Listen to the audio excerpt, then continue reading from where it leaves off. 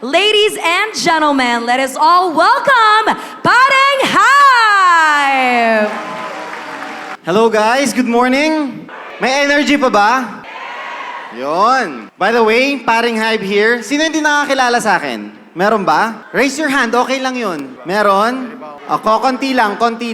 Asan yung exit dito? Hindi, joke lang. How are you guys? Guys, honestly, when I was going here pa lang, on the way pa lang, I thought this was gonna be like a really big venue na ang daming tao. But then I realized when I was there, nakikita ko kayo, you guys are, very exclusive. So, you guys are 150 people. Pero yung energy nyo, pare, same sa energy na nakikita ko na thousands of people na eh. Kaya I would like to give you a round of applause for that, guys. Sobrang ganda ng energy nyo. Got me excited. Of course, Sir Edsel, I would like to give it to you. Grabe yung commitment ni Sir Edsel, nakita nyo. Nakapang-astronaut talaga eh. Parang habang nakikita ko siya doon, sabi ko, parang pati dapat ako pala. Medyo formal eh. And hindi ko guys alam na naka-polo shirt kayo na blue ha. Hindi ko talaga sinadya to ha. Nagulat lang talaga ako. Nakita ko naka-polo shirt kayo na blue. Sabi ko, baka isipin nakasadya. Pero parang ganun na nga rin. Anyway guys, for those who doesn't know me, my name is Hybe Banzures or known as Pareng Hybe. I'm the founder of Gentry Timepieces together with Pareng G, Pareng Cholo, Pat 69, and the other team. Alright, so I had a small talk lang dun sa mga kasama ninyo when I was upstairs. And I've known that you guys have been alive, running and kicking for the past 152 years. Yung Easter na. Alam nyo ba yon? O ako lang nakakaalam nun? Alam nyo yon? 152 years na raw. Yung iba dun, totoo ba bro? Hindi nyo alam? Alam ko pa. 152 years. Sino yung oldest member of the company right now that has the most tenure sa company? Tenure. Hindi naman na age. Tenure. Sir, your name? Wayne. Dwayne?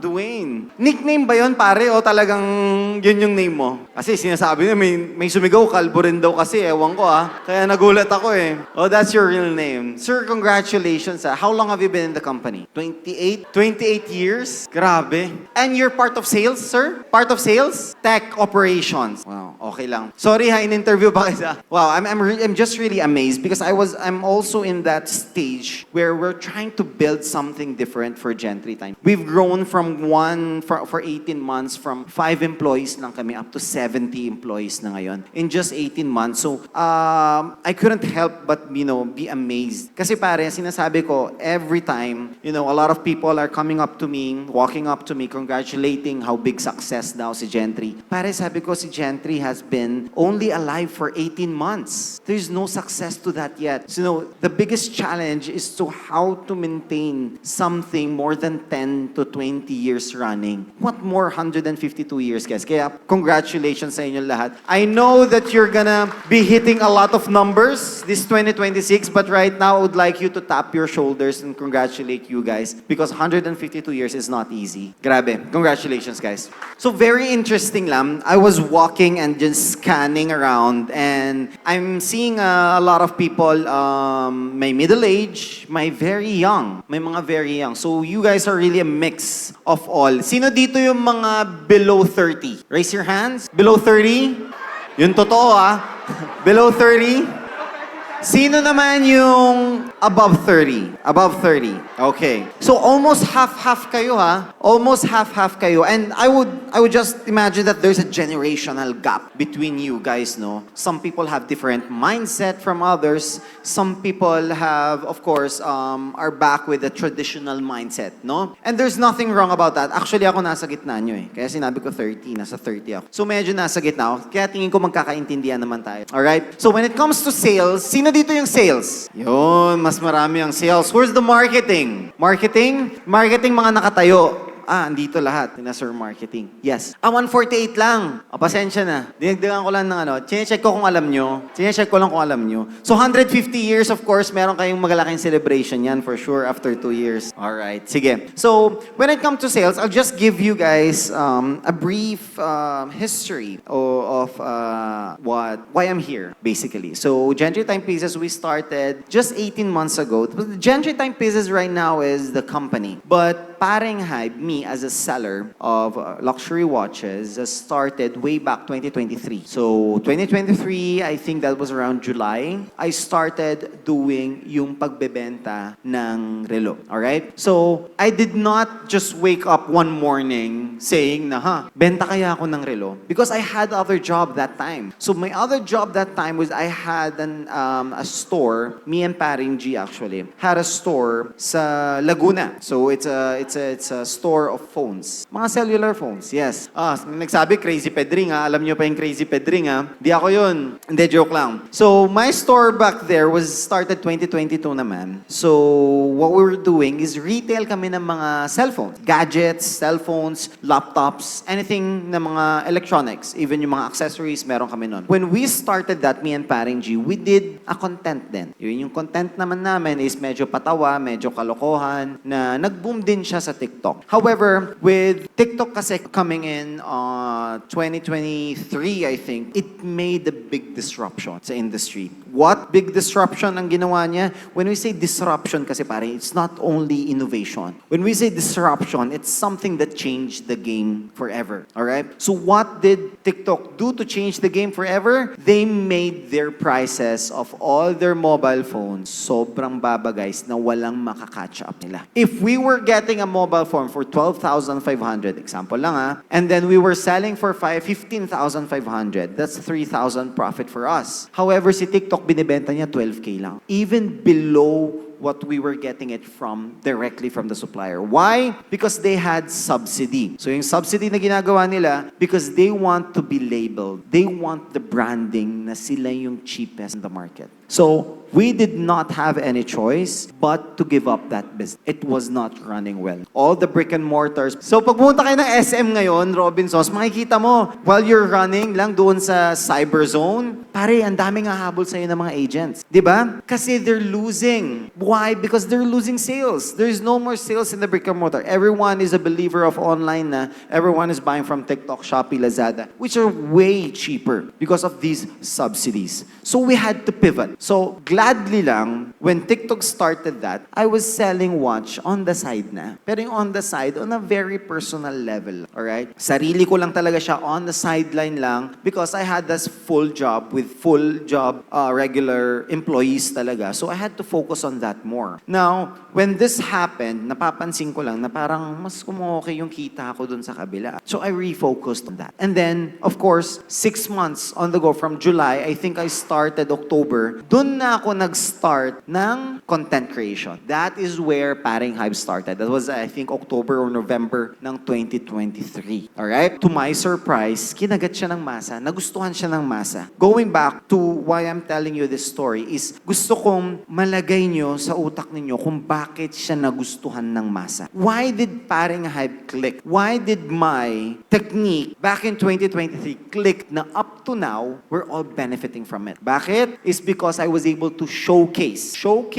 yung skills and knowledge about something that gave value to people. That's the ultimate formula, guys. If you want attention, you have to give value. That's number one. Then what value am I giving to those who are watching me on their screens every day? Ang value na binibigay ko, one is the knowledge. Knowledge about something they didn't even know exists. A lot of people did not know what Rolex is before. A lot of people did not know that may mga ganito palang relo na ganito kamamahal that retains value, right? So there, it kicked or nakiliti yung curiosity nila. That's one. And may natutunan sila. After a video, when someone gets something from you, that's value, okay? You have to put it out there. You cannot gatekeep everything, okay? Now, lagay ka ng value. Next thing is the entertainment. A lot of people, when watching me, sinong natatawa pag nanonood sa amin? Di ba? Natatawa kayo, di ba? Ang galing ng batuhan. Because there is entertainment. Minsan lalabas pa kami, minsan kung saan sa kami pupunta, pinapakita namin yung journey namin. So these are entertainment na. So that is another thing that clicked. Next is, most people don't realize, but what we give give is kaya nag-boom ang aming mga content is the experience. When you say experience, not everyone can buy luxury watches. Tama? Sino dito yung tingin nyo kaya nyo nang bumili? We, di ako naniniwala.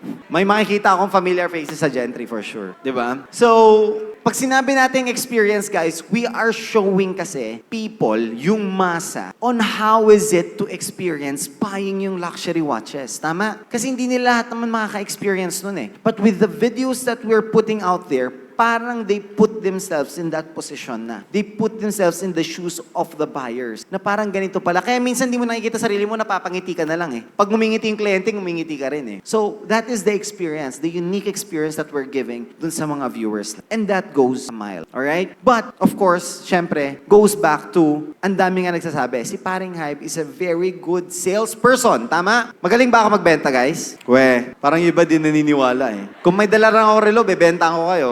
Makikita nyo kung magaling ako magbenta. Alright, sige. So, going naman doon, so, how, sabi ko nga kanina, how Gentry started, let's go to sales. Let's talk about sales, okay? Now, yung sinabi ko kanina, that was the side of the marketing. Kasi marketing, you know, makes you shine between the crowd. Makes your company shine between the crowd. Sa dami ng tao, magsha-shine ka dapat. That's marketing. Now, to seal the deal, who seals the deal? Sales. One of the most important. Walang company na walang sales, guys. Company does not have any sales, kahit nga non-profit may sales, di ba? Because there has to be cash flow, right? And all the cash flow is manggagaling sa sales. Now, how was I able to sell watches? Mga luxury watches na ganyan, na some people would think that it's ridiculous even to buy, or even to have the idea to buy those stuff. Is knowledge, okay? Kung makikita nyo ako, guys, make sure lang, for all the sales, listen up, this is very, very, very important. When you are in the room with a client, you have to be the most knowledgeable about your product. Once na ang client nyo, mas alam pa yung produkto ninyo, or mas alam yung competitor nyo than you already failed. You're not gonna seal the deal. Even me, I'm not confident buying anything or availing any services from anyone na mas alam ko pa yung competitor kung ano yung meron sa competitor nila. Sasabihin ko sa'yo, bili ako niyan. Sabihin mo, sir, ito, naka-discount kami ngayon, 15% off. Tapos dito, this is 200 Mbps na, pare. In this area, kami po pinakamabilis. Meron na silang 500 Mbps. Tapos ang sagot mo, talaga po ba? Diba? So, that answer could end the sales conversation na. Tapos na yung transaction nun eh. I know better than you guys. So, why would I avail? Tama? That's why, in sales, going to the sales meeting that you're gonna do, it's not how you perform there that's most important. It's the homework that you do before going there. You have to know your product. You have to know what you're selling. If you're not confident of what you're selling, you cannot seal a deal. That's number one. When you go to a sales deal, dapat confident kayo. And the only confidence that you're gonna have if you know that you're equipped with proper knowledge and skills para sabihin and ibenta yung binibenta nyo. Tama? So that is one thing that's most important. Next is take control. When I mean take control, kung makikita nyo lahat ng videos ko, guys, authentic yun lahat wala mang mga scripted dun. Kaya nga, I'm really putting out all the things that I've learned all the past years selling. I take control of the room. Meaning, ako yung pinakamaing. Ako yung talkative. I don't let the client talk more than me. If the client talks more than you, you're not in control. The client could end the conversation. The client could end the meeting. Pero kayo, wala kayong control pag hindi kayo yung mas maingay. You have to be talkative. Sino yung nasa sales na mahiyain? Meron ba dito? Taas kamay na para malipat na. Wala, hindi pwedeng mahiyain sa sales Yeah, kapalan ng mukha. So that's one thing. You have to be confident and you have to be in control of the room. Alright? Do you guys agree? Who doesn't? Wala na. Who doesn't care? Wala rin naman. Okay, sige. So, those are the things that I always put in mind when I am in a conversation or I am in a meeting and doing some sales talk with other. Now, kung makikita nyo, sino nakapag-America dito? Sino nakapag-Europe? Marami na. Alright, when you go to America, you go to Europe, you go to the US, meron silang habit. One of their habits is has what we call the small talk. Tama? Pag pumunta ka ng US, pare, may mga small talks eh. Yung mga 1 to 2 minutes lang na talk. Hi, how are you? Yeah, I'm good. How's everything? Yeah, take it easy. Di ba? Mga ganun pa sila eh, di ba? Hindi man kayo magkakilala. Hindi nga nagpakilala anong pangalan eh, di ba? Pero may mga small talk na ganun. No, those small talk right now, when you go to the US and Europe, pare, yung small talk sa sales, hindi na siya effective. Kasi everyone is doing it. If you've experienced sales sa Europe, lalapit na lang sa'yo, hi, I'm like this, I'm Hybe. I was actually wondering if I could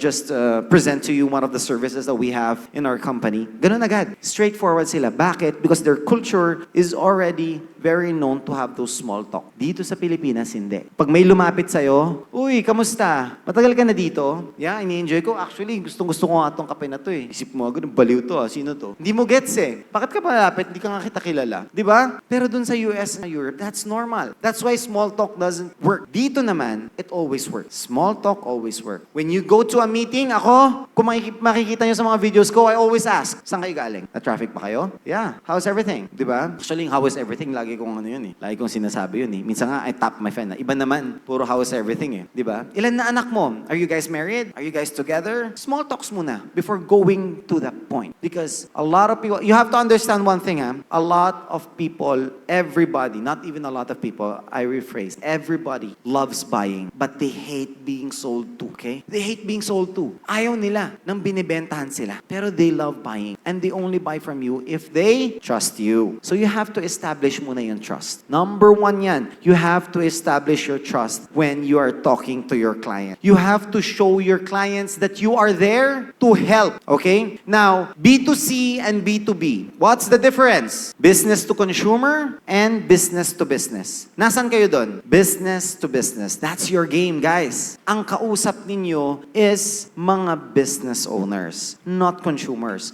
If consumers ang kausap ninyo, ano ang dapat natin ibigay na way para makabili sila? If you're talking to consumers, you want yung ease. Yung ease, yung comfort, yan. Yung anytime may ganito po, di ba? Yung meron kayong, pag nag-avail kayo nito, may 10% discount kayo sa mall na ganito, o kaya sa... These are the end consumers. We call it the end consumers. But when you're talking to business, the game is very different, guys. What you need is to know what their problems are. You are gonna be talking to the heads. Sino dito yung mga head? Department heads. Dito yan, for sure. Tama ba? Dito yung mga department heads. When we're talking about department heads, guys, ano yung pinaka number 1 priority ng mga department heads? Solving problem. And foreseeing one. Okay? They want na walang maging problema. Kasi walang day off yung mga yan eh. Kahit sabihin mong Sunday, pag nagkaroon ng problema, tatawagan yung mga yan. So the only way to seal a deal with business owners and department heads, kung sino man yung kausap nyo na matataas ng posisyon, is to tell them that we got your back. Wala kang magiging problema sa ako bahala sa'yo. Tell them some problems and scenarios that you guys encountered with other businesses that they did not even think about. Tama? Alam niyo ba sir, nung isang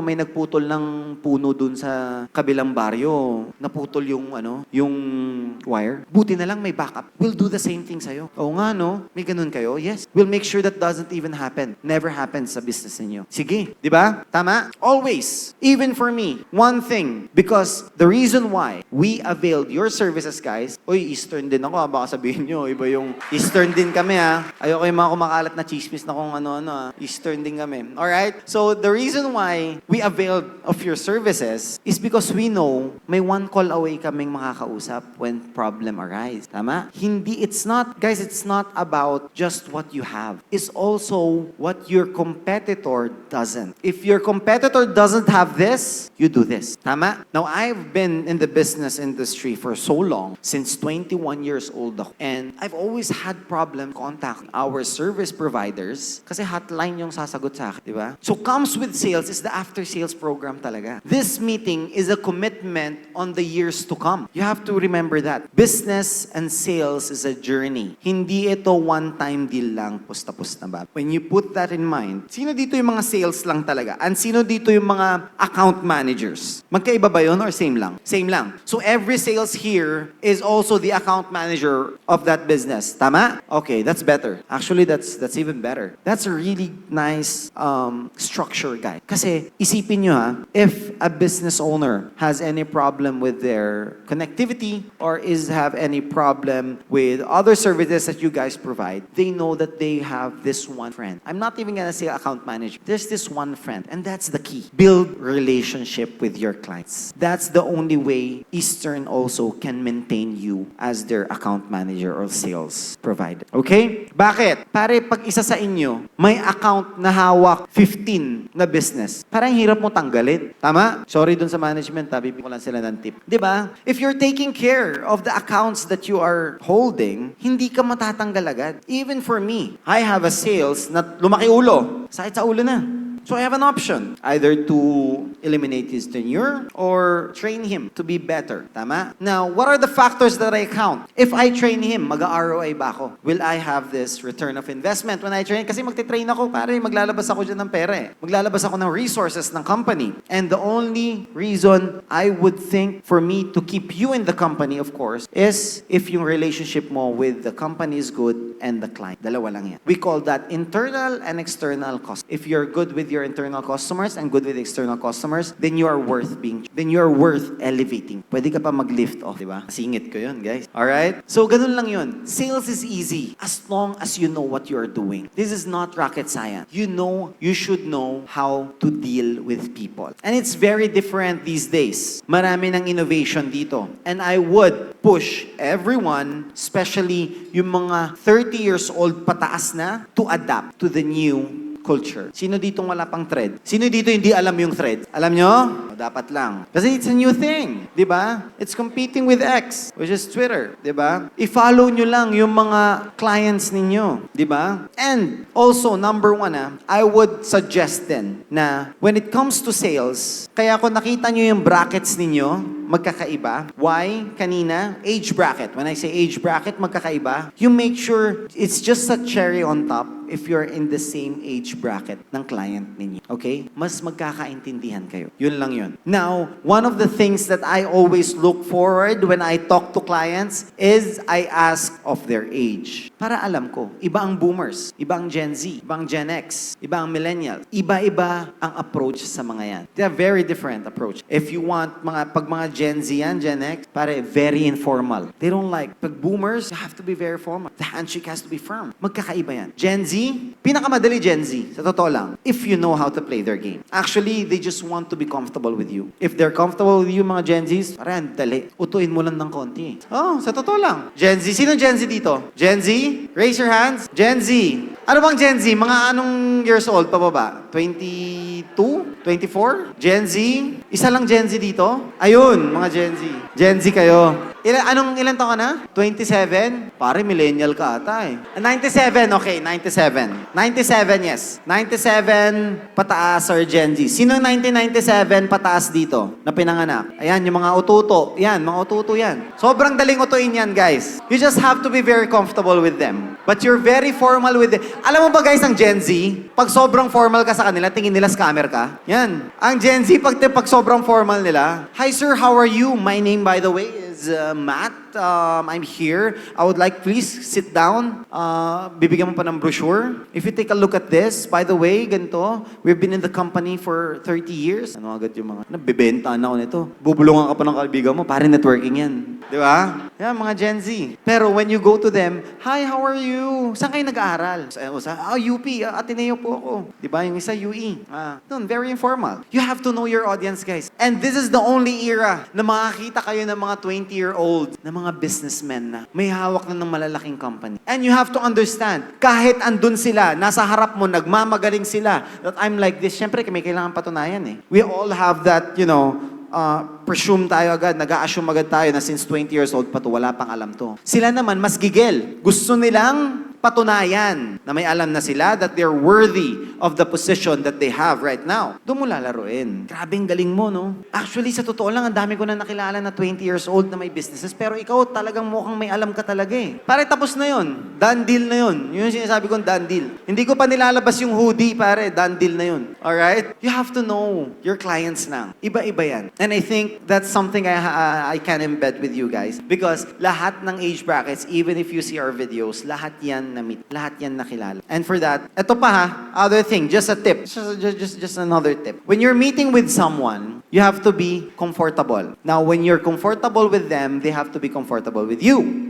Why? Kasi pag komportable lang kayo sa isa't isa, you can get your answer. Pero ano yung tanong sa answer? Ang tanong is, who is the decision maker? Pare may isang beses, 2 oras ako nagsisales talk dun sa lalaki. At the end of the day, tatanong pala yung asawa. Gets nyo? You have to know who the decision maker is. You have to be formal sometimes that, is there anyone we can also invite in the meeting that could contribute to the decision? If you're gonna avail the services from us, maybe we could tag them around sa meeting, di ba? It's just one question, but could be your answer. Ang pinakamahirap, guys, is to reciprocate yung message na binigay mo. Kasi guys, when you're sales, you are giving an impression. There is no formula para pag nakita ko yung impression kay sir, ibibigay ko kikwento ko sa kanya. Para actually maganda eh. Kahit yung tayo niya, kahit yung amoy niya, I think I can trust him. Siyempre yung isa, hindi ko pa naman na-experience. Doon nagkaka-bottleneck ng decision making. Alright? So make sure that you are in talk with the people that are the decision makers of. Alright? I think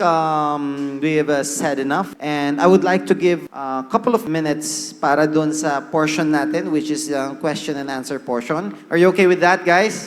Guys, anything, sales, under the sales, customer service, you can ask. I would gladly and open-heartedly share everything to you based sa nalalaman ko lang naman. Alright? Sige. Okay, there you go. Maraming salamat. Muli, paring hi, palakpakan po natin mga ka-Eastern. Thank you so much.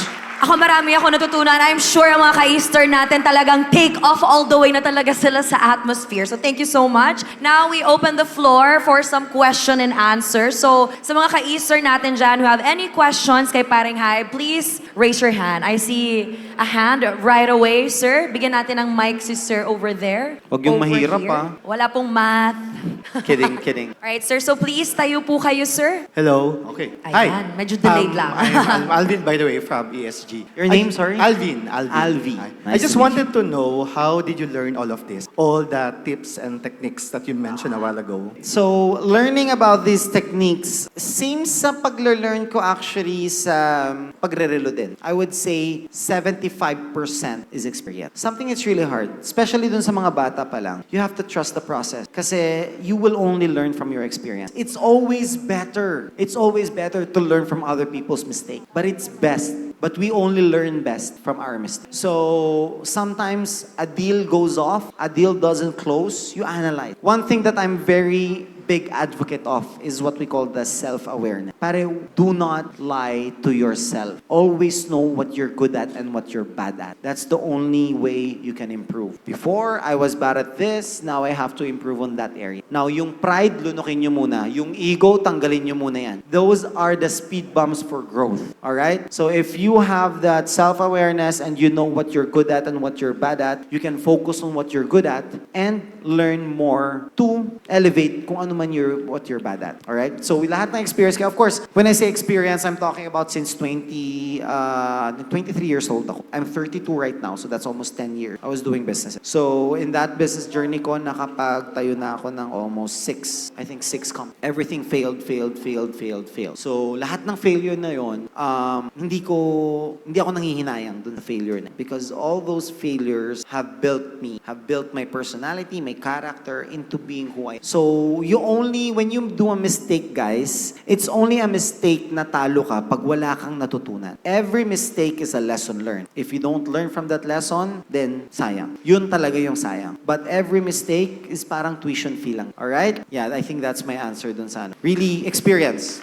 Hi, I'm Mai from sales from the conglomerate. So we know naman na all this is the right now we are on a price war, right? Yeah. So when you're in front of the client and then they say no, how you turn the conversation for them to sign up to you or to buy to you, kasi we know naman this is a price war. You're not the only one who's selling time. So we know that you have a same market and all. How do you turn it? Because we are in sales. So we have a lot of competitors and this is a price war already and you're in social media. So just want to hear from you as a salesperson. Thank you. Your name is? Mai. Mai. Mai, you have a lovely voice. Very clear. Yeah.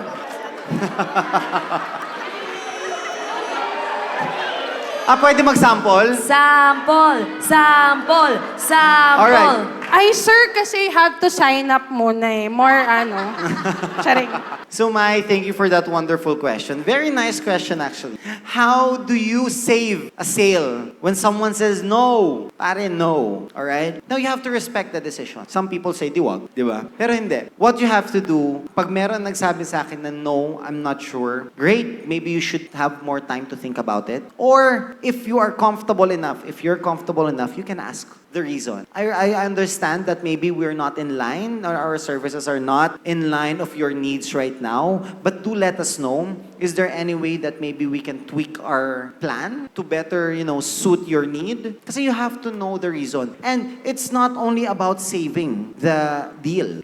You have to know what was the reason na nag-no sila for you to go back to your headquarters and discuss, right? One deal gone, it's okay. Pero wala naman na sanang deal na ganito din, na same reason, na mawala in the future. So you have to go back. Ako ang inaano ko dyan talaga sa sales, kung hindi natuloy, why? Why do you think? Diba? Sasabihin, kasi actually yung kaibigan ko, kaya yung vice president namin is, kapatid niya yung may-ari ng so, talagang wala kang chance doon, pare. Di ba? You don't need to feel bad about yourself dahil doon. But, if actually we received na kasi an offer na mas maganda. Okay, if you received an offer, then very well. I respect that. However, with our offer po kasi, I'm very confident that we have more to deliver. Di ba? So, you don't need, guys, ang price war, hindi pababaan ng presyo talaga. Pataasan ng value. Okay? It's not about pababaan ng presyo. I am open to pay more as long as I get more. And I know I get more, right? Yun lang yun. So, if someone says na ayaw nila dahil sa presyo, then so be it. Okay, sige. I'll discuss with the team when it comes to pricing. If you have an offer in mind, you can throw at us and then maybe I can get back to you within the day. I just have to,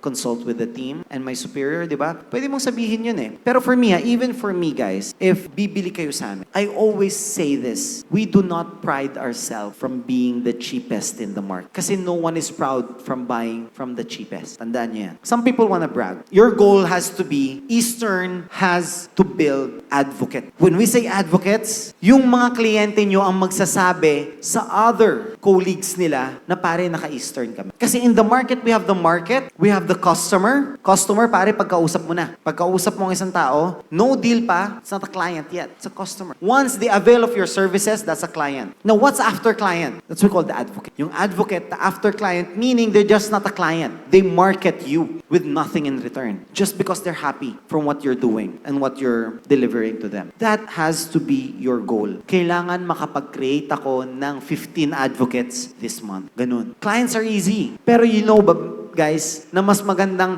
hindi na maging client ang isang tao kaysa maging client tapos siraan kayo. You have to think of that. Mas maganda ng customer na lang ang isang client. Hindi na siya mag-avail ng services nyo. Kaysa pag nag-avail siya, kayo ang siraan ni badmouth. Na ang pangit ng service ko dito. Tatanungin kasi bakit? Na-try mo na? Oo.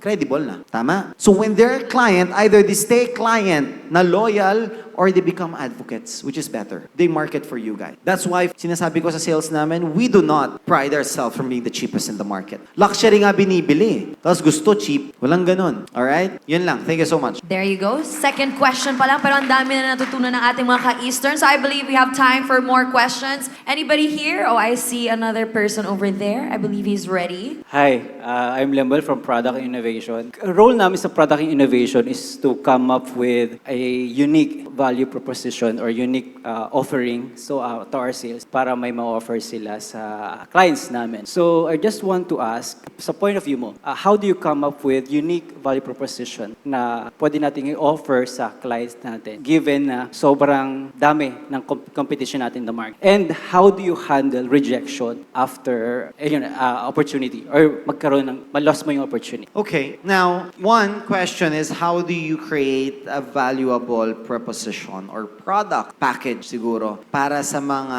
business owners? Kasi business to be naman kayo eh. It's knowing your client. That's just knowing your customer and knowing your market. Knowing what your competitor offers. That's basic. But ang pinakamaganda is one-stop shop. Meaning, your product value and product proposition or product lineup nyo ng services nyo is open for everyone. Meaning, pag may nagtanong sa sales, meron po ba kayong ganon? Ang laging sagot, yes, meron. Alright? Or if wala, we have better. Wag na wag sa sales wag na wag kayong magsasabi na pag may nagtanong sa inyo na, do you have this? Ay, sir, wala po eh. Gusto nyo ganito na lang? No. Alam naming wala. Pero there's another way that you could have delivered that message. You could have said, sir, actually, wag mo sabihin yung wala. We don't have, wala po. As of now, mahilig yung mga sales As of now, actually, we don't have that in our lineup. But rest assured that this message will be escalated to the upper management. Ganun-ganun pa di ba? Para hindi. Rektahin nyo. Actually, sir, we have something better. That's how you tweak. Lahat tayo, even sa mga watches. I'll tell you a story about a watch. Alright? Now,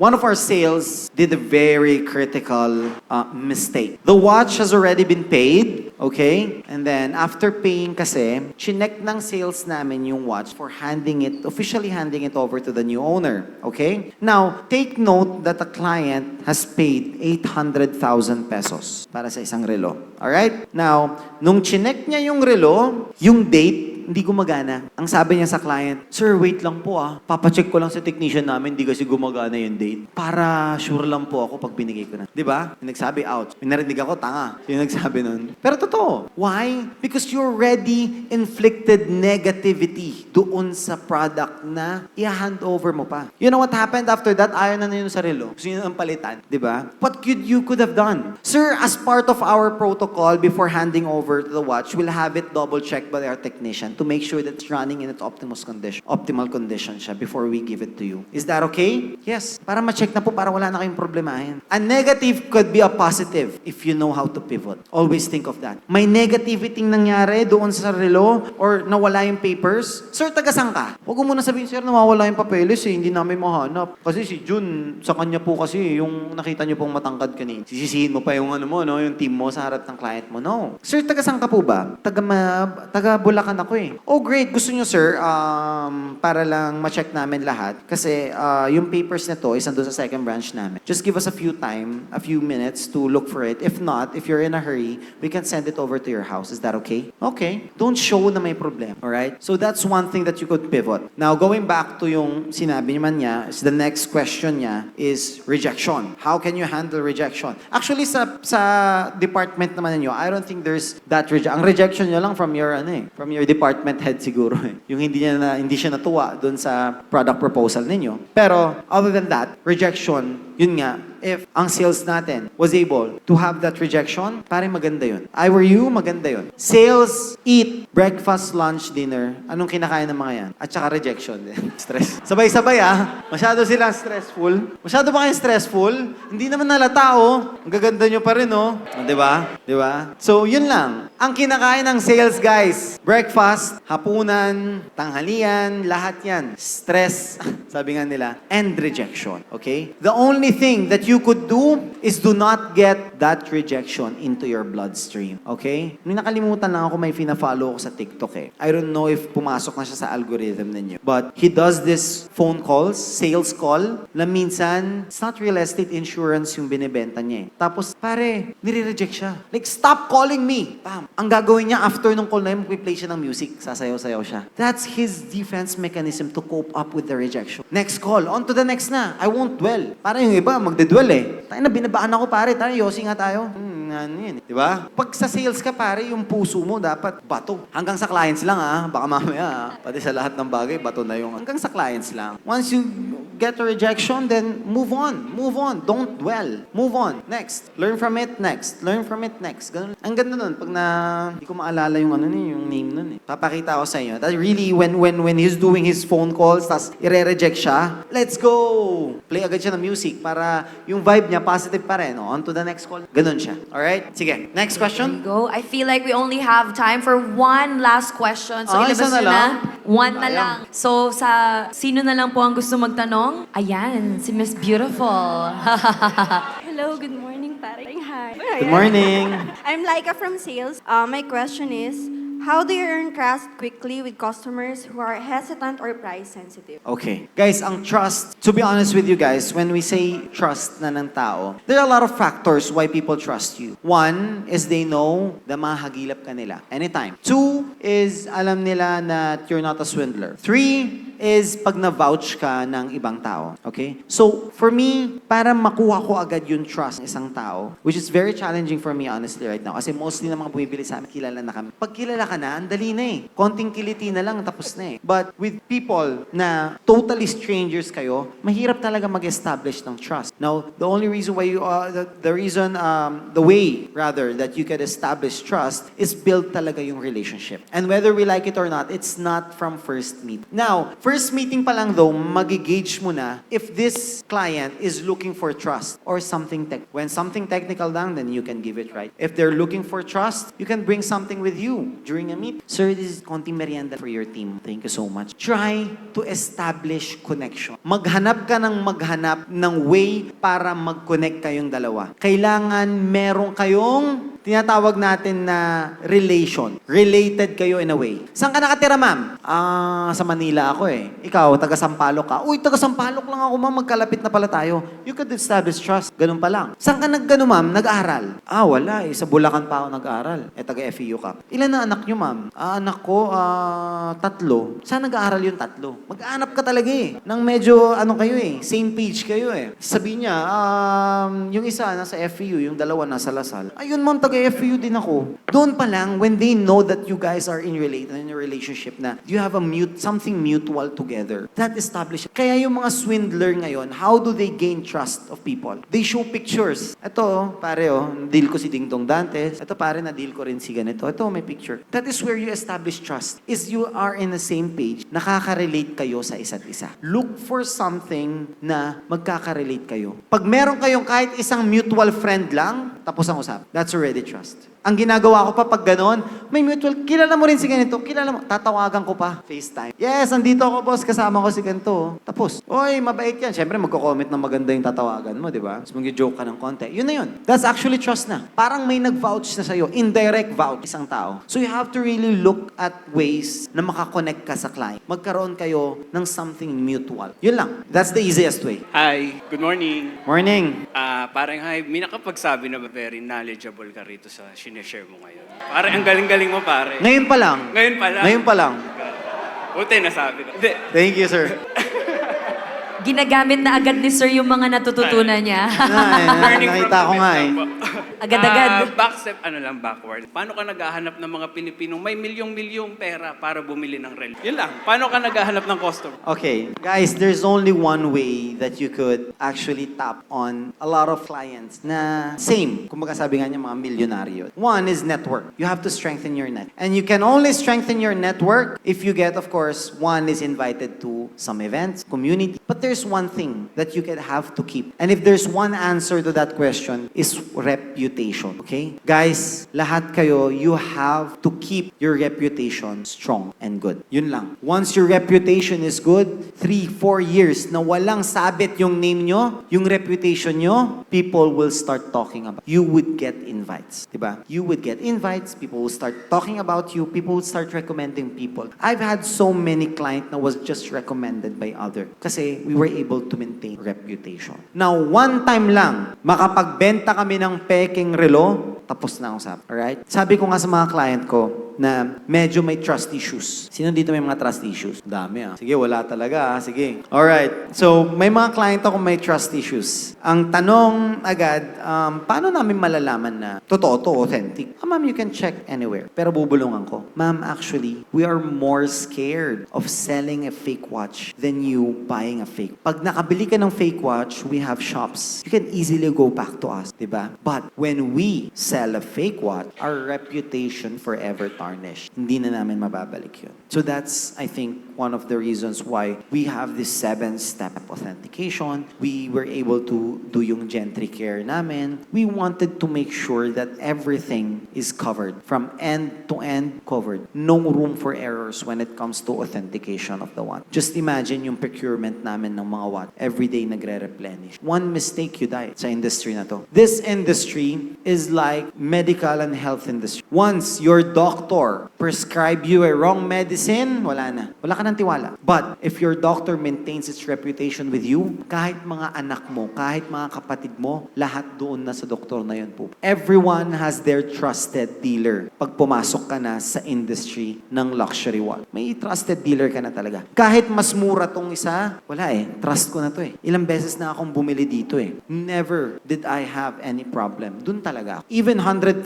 yung difference. 100,000 pesos difference ah. And I've experienced that. Pare, I've experienced clients that told me, I want to buy from you pare. Pero may ibang shop, meron silang stock yung binibenta, yung gusto kong kunin. Ang sabi sa akin, "Hay, bilhin mo na lang yun oh. Tapos sa'yo ko bilhin." Honestly, nakita niya magkano yung price ko. I added 60K. Sabi ko, sige, bibilhin ko yun. Pero may top up kami kasi papasok na yan sa warranty namin. And that is the risk on us. No problem. He paid the same day. Gets how reputation can go far. People already looked and saw someone better than you, price-wise, but still availed from you. Gusto nila dumaan pa rin yung relo sa'yo kasi they trust you. Alright? I hope I answered that question. There you go, ladies and gentlemen. Palakpakan naman nating muli, paring Hybe.